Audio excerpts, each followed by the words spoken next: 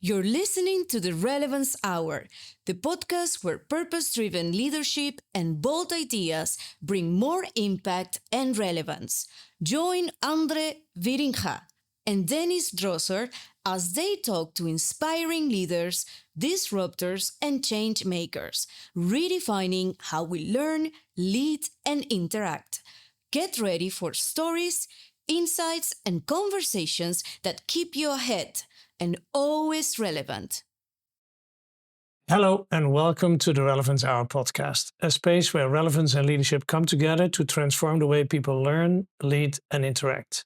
I'm Andre Wiringa. Here on the podcast, we explore the real drivers of modern leadership, the mindsets, the behaviors that help leaders stay relevant in a fast-changing world.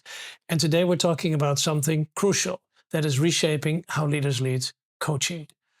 Gone are the days when leadership really was more traditional management, telling people what to do and bossing them around. And the leaders who thrive today and tomorrow are the ones who know how to bring out the best in others, ask the right questions, and build trust instead of just giving orders. And I couldn't think of a better guest, a better friend to dive into this one with me.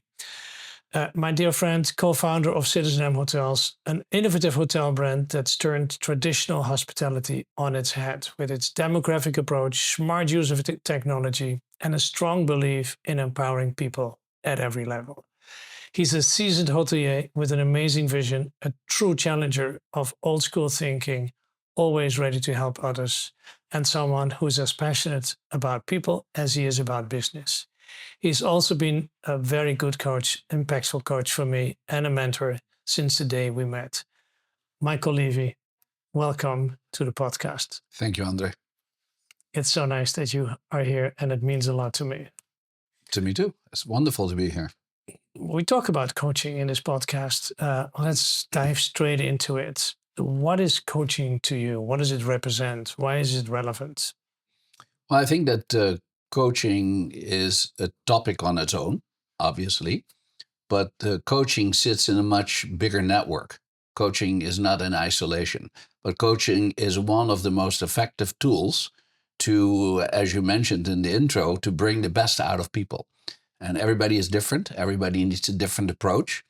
And the right coaches know how to get the best out of the guests, not only productivity, but also the best out of people so that they feel accomplished and they feel part of what it is that is being accomplished by the organization. You're already talking about coaching leaders. If you go a step back, how would you differentiate leaders versus managers? What's the big difference? Well, leaders is a word that, I'm a little, anxious about. I think leaders are people that then would have supposedly followers, and followers are always a copy of a leader. And I don't believe in people being copies. People are their own individual. And as such, I would like to differentiate more between managers and stewards. Stewards are people that guide, coach, and bring people along in their careers, where managers are fulfilling a task. So I think that management is more task-oriented, and whereby stewards have a passion for the overall. And the overall is much bigger than what the company tries to accomplish only. So it's more about looking at epic leaders, influential leaders, in terms of how many, let's say, new leaders they create, rather than judging them by how many followers they have. Hence the steward leadership, in your view. Am I getting that correct? Yeah, I always tell people when I coach them for careers, I said, listen, make sure there's a lot of people around you that you make successful. Right. And by their success, somehow you get pushed along with it. But it is not about you. It's about what you give back. It is about what you can accomplish in a team. So what we do is not a sport designed by a individual effort. It is really a team effort. And by being a team effort, it can only be seen as you only being in function of something much larger. And why is it, in your opinion, that so many struggle with, instead of asking people what would be a better way to do it, they tend to tell them how to do it? Why is that? Well, you're talking about empowerment. And empowerment is most probably the most misunderstood tool in the toolbox, if you wish, of management or of stewardship. Empowerment is entrusting that people will be able to do a task, and you give them only a guideline. You give them an outline of what it is that you would like to accomplish, and you push them forward to accomplish it in their way, in their fashion. And I think that is sometimes scary and difficult for people, because empowerment means you let go. Exactly. Coaching is a little bit the same way. You're standing on the sideline. You're not in the field itself. So if you understand you're already on the outside, then in a way you have to empower. But people have a lot of problem with that, and they want to be part of it. So they jump into the field. And that is, of course, not allowed. So I think that too direct and too much direction leads to a distinct copying pattern of something that is being pushed upon someone, versus an empowerment that allows people to fill in the blanks a little bit themselves. So, Michael, why do you think so many leaders, instead of asking people how they can do things differently, they tend to tell them to do things differently? Why is that? Well, I think that people have a clear objective in mind, and they think that their objective is the only way to reach the goal. And that's not the case. So there's many ways. It's the fast track, you mean? Well, they don't see it as the fast track. They see it as their track, and that's how they envision it. So if they ask somebody else to do it, they assume they do it according to how they would. So then you get instructions. Versus if you understand that if you have a common goal and you have the same values and you play in the same culture, then it's very easy to empower somebody and say, listen, this is the objective. Why don't you take it? And if you need anything, I'm around. And trust the other to do well with it. Or if there's an issue, for them to come and ask you for support. It's very simple. Yeah, totally. And the way you say it, it always sounds so simple. But in a way it is, right? Well, I think, Andre, I've heard that all my life. Well, it sounds so simple. Okay, then don't overcomplicate it. It is that simple. So empowerment, or if you want to create a culture, I think you need to invite people in. It's a common good. It's not yours. It's not theirs. It's a common good. And if you do not see culture as a common good that has culture carriers, then you never get there. Then it's always forced. Never happens. Have you had moments where you tried and were disappointed? You coached and really were disappointed in the way it was accepted and brought to life? I've been disappointed in individuals in the process, but that more was because their values didn't fit necessarily the requirement. But if I've been able to put teams together myself and our value share is 85% or better, I've never been disappointed, because people are creative and incredible, and they do the most amazing things. And I know, thinking of CitizenM hotels where we saw the most amazing things, tell us a few stories that you're proud of that were the results of simply letting go, coaching, and then letting go. What could you share? Well, we created random acts of kindness.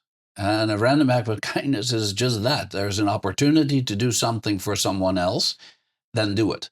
But that needs to be facilitated. So first of all, if you do not have people with the same values, you cannot do it. No. If it is there, then you still need to facilitate it, because it sometimes involves giving something. So a good bartender that every once in a while needs to give a beer away to his customer, if he gets caught, it's stealing, right? It's an issue. Right. So we facilitated that with having a random act of kindness button on the cash register. So whatever was given was registered and taken care of. But the playing field was for our ambassadors who provide the service at CitizenM to really be able to have that opportunity to capture the moment. And the most amazing things have happened, from support to encouragement to just very simple people arriving tired and being hosted and welcomed the right way, but also in conflict and in difficult situations where these ambassadors have come up with the most incredible, innovative ways of helping people. And it is greatly satisfying to see how that happened.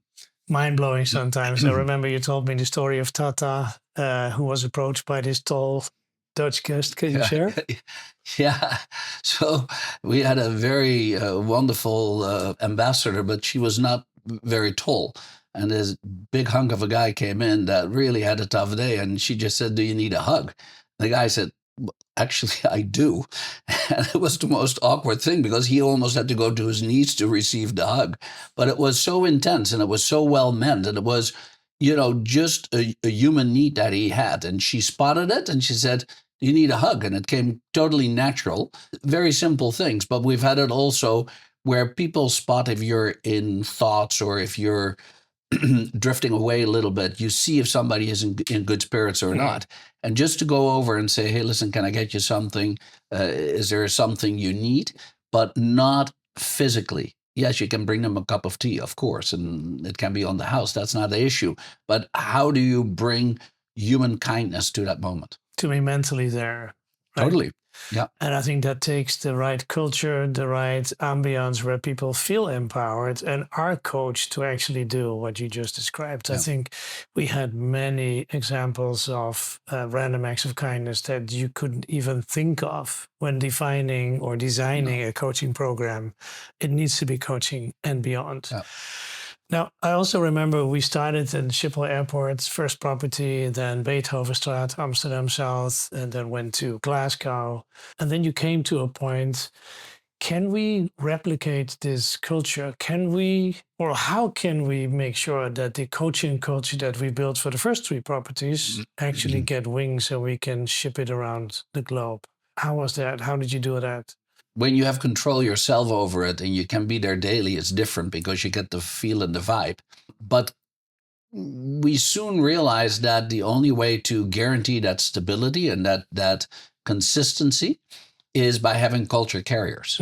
So we started to look and observe as to what an individual contributed to the culture. And then when they became culture carriers, then they could bring others along. And when we opened new properties, we would bring partially a team that were culture carriers to help us get that ball rolling. And then by the right selection, the casting days that obviously we created with Start Reverse, they're magic because people don't come to an interview. People basically forget after the first 5 minutes that they're in an interview. We see them in their natural habitat for 3-4 hours. And when we really know that they are the right cultural fit for us, then it is a matter of bonding a team. And that happens with those culture carriers. The minute you do that, you leave them on their own. And it can be done in any culture, anywhere around the world, as long as you use the same recipe. And you mentioned casting. I know we helped, we did it together. Yeah. But why casting? Well, I believe that interviews are say the least, constipated. It's very difficult to have an interview where people are not guessing what do they want to hear or how do I come across, or they're too busy in their minds to be themselves. And I guess what you and I were discussing is how can we create an environment where people come in and actually after a couple of minutes forget that they're being interviewed. And by doing workshops with them and by observing the workshops, you get a real picture and you go through all the different stages of emotion and engagement. And then you see from one-on-one to small groups to larger groups to presenting, being in leadership or being that steward that takes that first step instead of waiting for something to happen to you. Yeah, it becomes real clear. And what was the highlight or a highlight of all the castings that you've attended, or maybe a massive insight? Very easy for me. We opened a hotel in Taipei. And as I arrived there, the team said, "Michael, do you think it's a problem if we do it in Mandarin?" I said, "No, not at all." They said, "Yeah, but how do we translate?" I said, "Don't do a thing. Just do your thing. I observe." And at the end of the casting, we have taken Polaroid pictures of everybody with their names, and we sort of sort people by the ones that we want to hire, the ones that we do not want to hire, and those that are in question. And I said at the end of the day, I said, let me do the first split. And I got about 80 to 85% right just by observing. And that for me showed that the human core is what it is that we observe, and it's not necessarily the language or what is being said. So true, and it works. And I remember if you just think back of the castings where the first half hour, the first 30 minutes, people think it hasn't started. Yeah. When the pictures are taken and they get their coffee and their Danish or donuts and just look around, and you already see the split between the ones that feel like exciting and, hey, my name's Andre, how are you doing?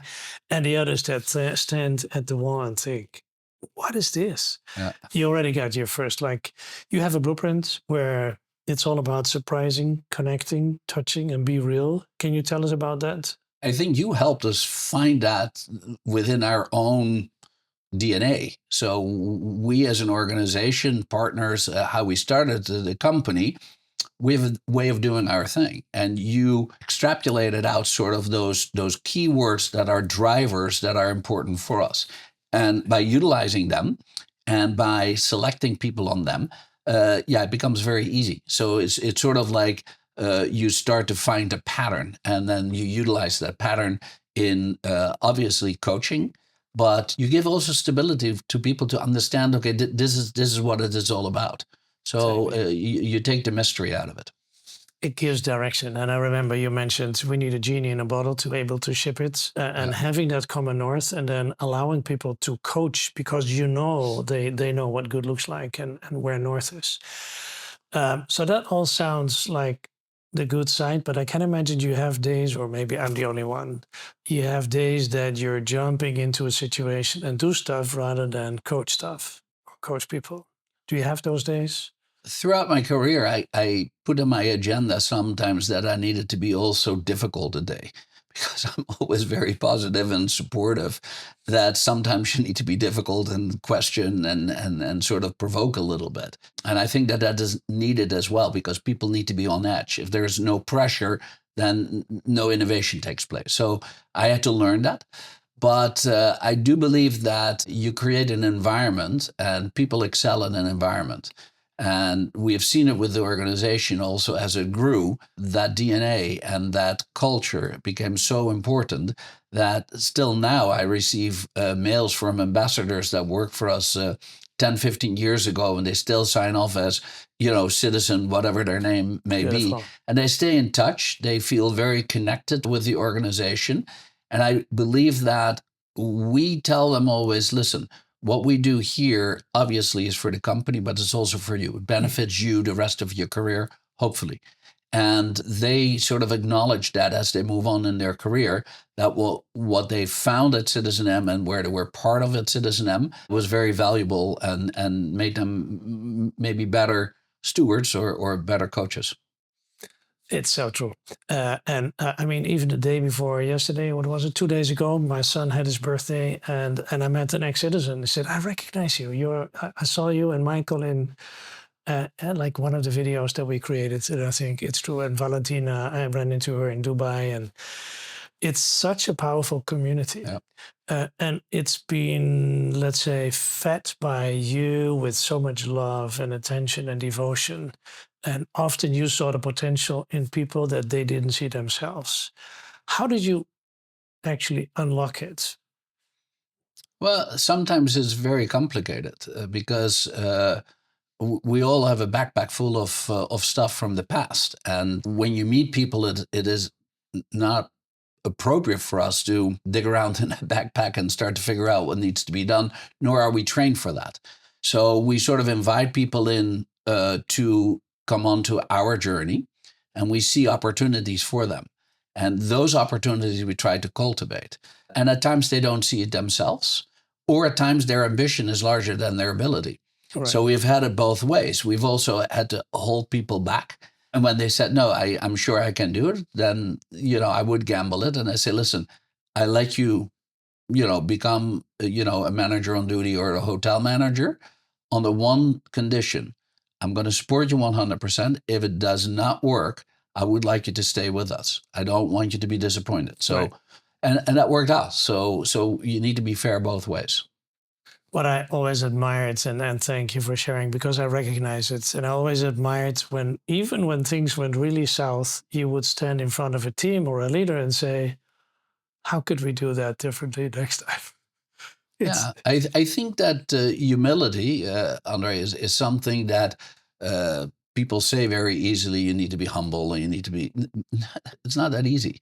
That comes from deep within, Yeah. and people feel it. So if there's not a genuine connect, and I think that when people look at the service at CitizenM, they go like, "How's it possible?" And we say, "Well, it's simple. We're just nice," which is really the essence. That's all it is.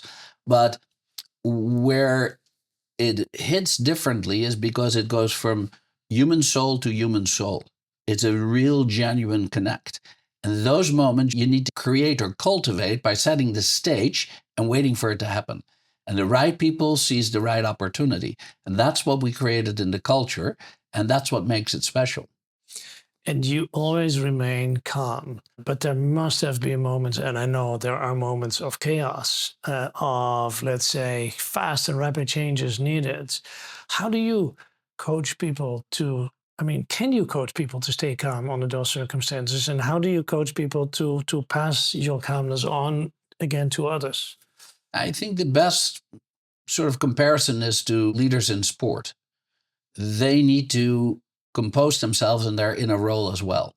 So tennis stars, F1 drivers, you name it, football, anybody that has a leadership role or is recognized as a star needs to understand that they represent the sport from that moment on.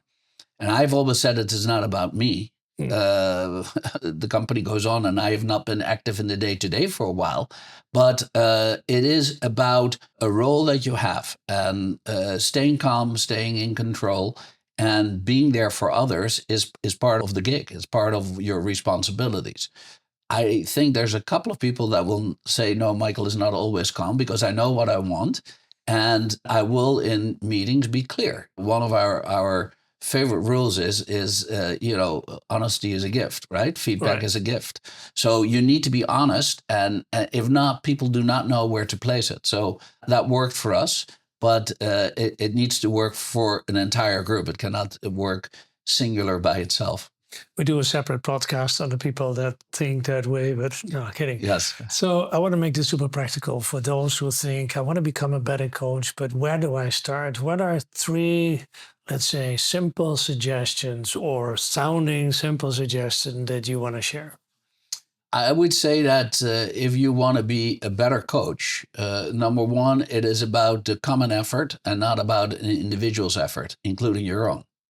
So if you do not understand you're in function of something, go home and don't try.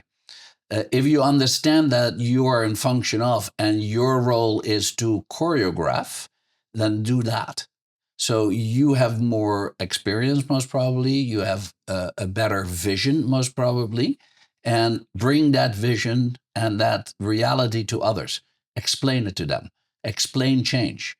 People don't react well to change because they start to think, what is that change affecting with me, right? Exactly. So announce that change and allow them to adapt to it, but be very clear and very direct and very open. And thirdly, I do believe that if you do not live the culture yourself every second of the day, every breath, then how can you expect others to? So it really needs to be something that you believe in. And if that's the case, then it becomes, I wouldn't say an obsession, because an obsession carries something negative to it, but it becomes such a devotion that, maybe better word, such a devotion to be able to get that across that, it's fantastic if it happens. Amazing insights, Michael. Suppose for those who think, I'm actually a good coach, how do you suggest that they pass it on? How do you coach coaches or aspiring coaches? Yeah, I always find it interesting is that people's self-reflection is maybe not always accurate. So I would suggest that if you are coaching a lot and if you're working with teams, do a lot of reflection with them. And the reflection is not one way, but two way. Mm. It is a real conversation where people understand. And if you invite them, I remember a manager on duty that had been working as an ambassador, became a manager on duty. And he says, Michael, what do I do? I said, well, the best thing I would say is do nothing. Just be yourself, do the things you always do. And at the end of your first shift, get the team together and say, hey guys, this was my first shift. How did I do for you? He said, yep. I said, you got feedback. Whatever the feedback is, listen to it. You don't have to react immediately to it. You don't have to implement it. Just listen. But just by you being willing to ask feedback on how you're doing, the team feels that you're part of the team instead of managing them.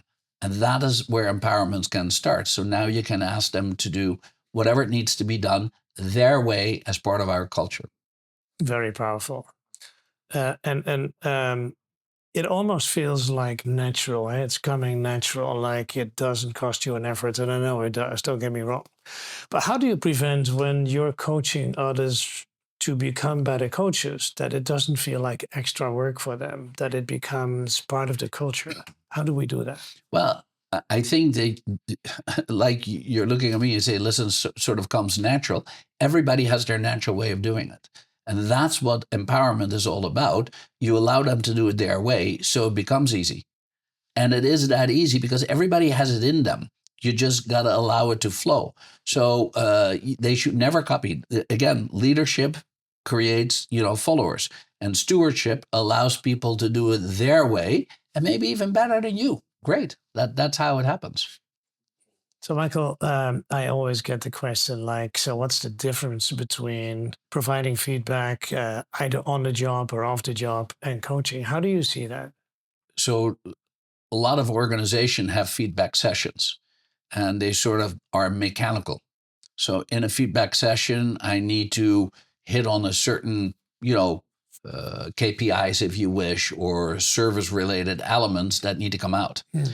And the difference between giving feedback on that, which is very one-on-one, I tell you what I think of what it is that you have done, is feedback. Right. Whereas if I make it more coaching, I start to put you in a larger scheme. So I said, so Andre, listen, your tasks today were part of a team of 4.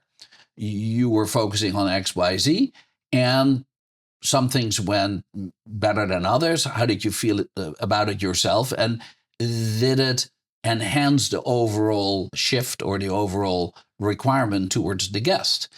And then I can put it in a much bigger context so that people understand what it is that their contribution is. So I take me giving feedback to you out of it, and I place you in a larger setting so that my observations trigger you to think of what it did or didn't. And then for me to say, I've seen this, or I've also seen people do that, then it is much easier for them to not become defensive. And then people listen a lot better. I like that. And already the word observation has such a more neutral ring than feedback. And when we talk about this junior coach, just as a rule of thumb, if the total is 100%, how much time should be the coachee talking? And how much time should the coach be talking or asking questions? How do you see that? I've never sort of in my mind, tried to balance that because it's about individuals. And sometimes people are shy or people do not understand what their role is. So you need to bring it out a little bit. So you do a little bit more of the talking. Sometimes you try to bring it out and say, what do you think? How did that work? If you compare it to this, that, or the other, you try them to contribute a little bit more, but it's a little bit of a give and take. There's no right or wrong formula in my mind. This is so interesting, Michael. I think we can talk on for hours, but I also want to hand it over to you. Is there anything about coaching that you want to share that I didn't ask? I think that coaching is something people are very excited about to do. And sometimes their excitement is a little overpowering to those that are being coached, to say the least. And I think that understand that if you coach, it is the pace of who you coach that makes progress, not what you want or what you want to accomplish. So it's that ability to bring people along and bring the best out of them. And sometimes there's a lot, sometimes there's a little. But if you see excitement, if you see participation, work with that. And wherever the level stops or keeps on growing, that's a benefit. But it is not about you, it's about them. And you're just in function of them, although you have a little bit more to give than they have. Now, you talked about stewardship all the way in the beginning. That's a very big concept. So let's end where we started. How do I become a steward leader? Just if you make it super small, where do I start tomorrow? I think you would start tomorrow by realizing that your contribution is just one in many and is not moving the dial 100%. You might move the dial, and maybe you have to move the dial, but you're not capable of doing everything yourself, so you're dependent on others. And the minute you understand that you're depending on others, it becomes much easier to understand, hey, if I don't bring the best out of them, then, we're up, against a hard place. So we need to, as stewards, understand that the more we can get out of the teams, the better they work together, the better there's a cohesiveness in a culture, the easier the work looks. And you need it. So if you realize that you're dependent on others, it becomes very humbling to understand that you are in function of them, not the other way around. And guests can tell, right? Guests, patients, passengers, whatever the industry is you're in. I always feel it's like a matter of seconds that you walk into a culture and you feel it and you can actually translate it. Yeah. So beautiful. Thank you so much for all the valuable insights, Michael. It has been a pleasure. This was the Relevance Hour podcast on coaching. Thank you. Stay tuned, stay epic, and keep coaching. Thank you, Michael. Thank you. This was the Relevance Hour. Don't forget to follow, rate, and share, and keep leading with relevance. See you next time.